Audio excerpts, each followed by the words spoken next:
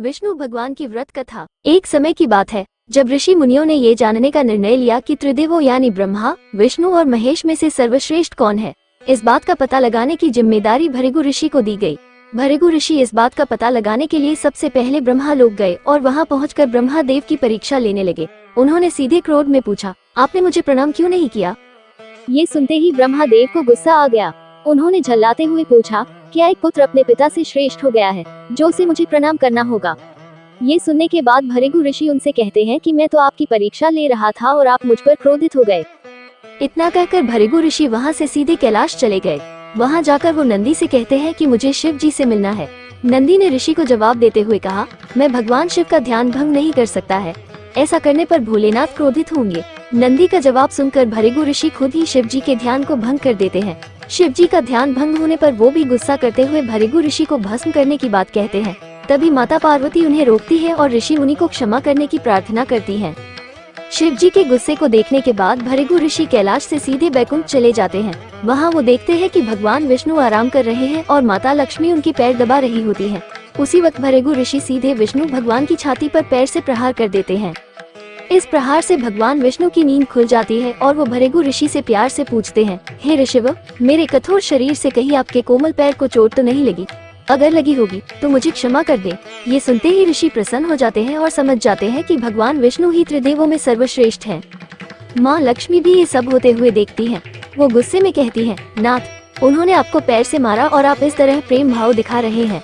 क्रोध में वो भगवान विष्णु को छोड़कर बैकुंठ से सीधे धरती चली जाती हैं और महाराष्ट्र के कोल्हापुर में रहने लगती हैं। माता लक्ष्मी के बैकुंठ छोड़कर चले जाने पर भगवान विष्णु को लगता है कि उनका सम्मान और संपत्ति नष्ट हो गई है। इसी वजह से उनका मन काफी अशांत रहने लगा। फिर वो माता लक्ष्मी की तलाश में धरती चले जाते हैं। धरती जाकर भगवान विष्णु श्रीनिवास नामक व्यक्ति बनकर माता लक्ष्मी को ढूंढने लगते हैं। माता लक्ष्मी को ढूंढते ढूंढते वो वेंकटाचल पर्वत क्षेत्र में स्थित बकुलामाई के आश्रम पहुंच जाते हैं। वहां बकुलामाई ने उनका आदर पूर्वक स्वागत किया और उन्हें आश्रम में ही रहने के लिए कहा। उस आश्रम में भगवान आराम से श्रीनिवास बनकर रहने लगे। कुछ दिन बाद वहाँ एक हाथी आ जाता है जो सबको परेशान करता है। ये देख श्रीनिवास धनुष बाण लेकर हाथी की ओर दौड़ते हैं। उन्हें आता देख हाथी डरकर घने जंगल में भाग जाता है। श्रीनिवास उस हाथी का पीछा करता हुए थककर एक सरोवर के पास पेड़ की छाया में आराम करने लगते हैं और कुछ ही देर में उन्हें नींद आ जाती है। नींद में वो कुछ युवतियों का शोर सुनते हैं जिससे उनकी नींद टूटती है। आंखें खोलते ही वो खुद को 5-6 युवतियों से घिरा पाते हैं। युवतियाँ श्रीनिवास को डांटते हुए बोलती है कि यह राजकुमारी पद्मावती का उपवन है और इस क्षेत्र में पुरुषों का आना एकदम मना है। यहाँ तुम कैसे और किस लिए आए हो?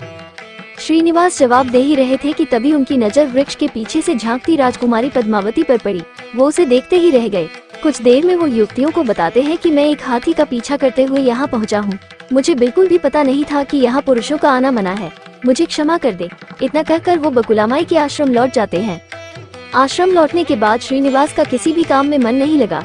तब एक दिन बकुलामाई उनसे उनकी उदासी की वजह पूछती है।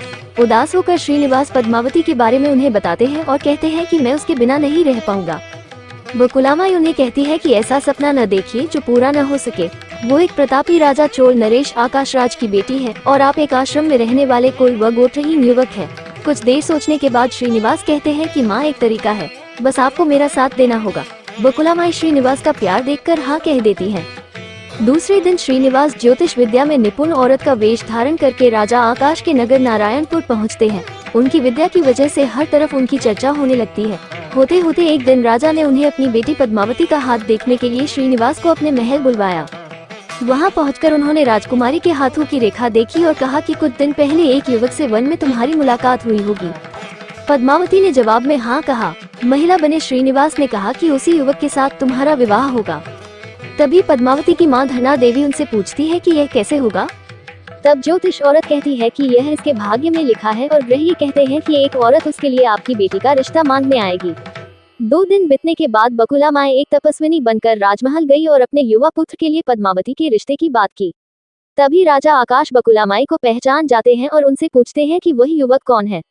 बकुलामाई उन्हें श्रीनिवास के बारे में बताते हुए कहती है कि वह चंद्र वंश में जन्मा हुआ लड़का है जो मेरे आश्रम में रहता है और मुझे मां मानता है।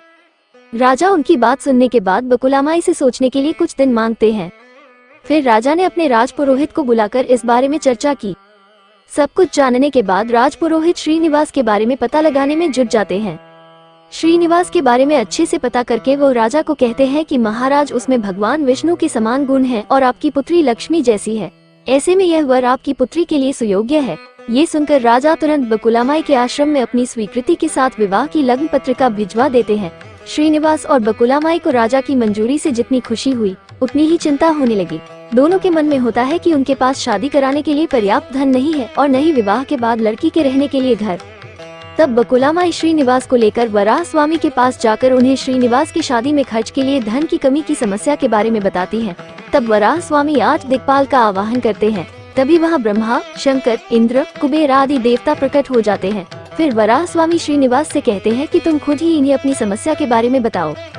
श्रीनिवास देवताओं से पूछते हैं कि मैं चोल नरेश राजा आकाश की पुत्री पद्मावती से शादी करना चाहता हूँ, पर मेरे पास शादी के लिए धन नहीं है, मुझे क्या करना चाहिए? इंद्रदेव ये सब सुनकर कुबेर से कहते हैं कि तुम शादी के लिए इन्हें ऋण दे दो। जवाब में कुबेर बोलते हैं कि मुझे ऋण देने में कोई परेशानी नहीं है, बस ये सुनिश्चित कर दीजिए कि मुझे धन वापस कब और किस तरह से मिलेगा। तब श्रीनिवास ने कहा, आप चिंता न कीजिए कुबेर देव, मैं कलयुग के अंत तक पूरा ऋण चुका दूंगा। फिर कुबेर ने देवताओं को साक्षी रखकर श्रीनिवास को ऋण दे दिया। उन पैसों से वो पद्मावती से बड़े धूमधाम के साथ शादी करते हैं। तभी उनकी शादी की सूचना लेकर नारद जी कोल्हापुर पहुंच जाते हैं और माँ लक्ष्मी को सारी बातें बता देते हैं। जैसे ही माता लक्ष्मी को पता चलता है कि विष्णु जी ने श्रीनिवास बनकर पद्मावती से शादी करके वेंकटाचल पर्वत पर रह रहे हैं, तो वो उदास हो जाती हैं। कुछ ही देर में वो सीधे विष्णु भगवान से मिलने के लिए वेंकटाचल पहुंच जाती हैं। वहाँ वो देखती है कि पद्मावती बड़े प्यार से श्रीनिवास की सेवा कर रही है। माँ लक्ष्मी से रहा नहीं जाता और वो उन्हें भला बुरा कहने लगती हैं। आखिर में वो पद्मावती को बताती है कि ये श्रीनिवास नहीं बल्कि मेरे पति विष्णु हैं। तुमने इनसे कैसे विवाह कर लिया? फिर माता लक्ष्मी और पद्मावती के बीच बहुत देर तक वाद विवाद होने लगता है। ये सब देखकर श्रीनिवास को बहुत दुख हुआ और वो वहाँ से थोड़ा पीछे हटकर एक पत्थर की मूर्ति बन जाते हैं। माता लक्ष्मी और पद्मावती दोनों ये देखकर बहुत परेशान हो जाती हैं और कहती है कि अब श्रीनिवास किसी के नहीं रहे।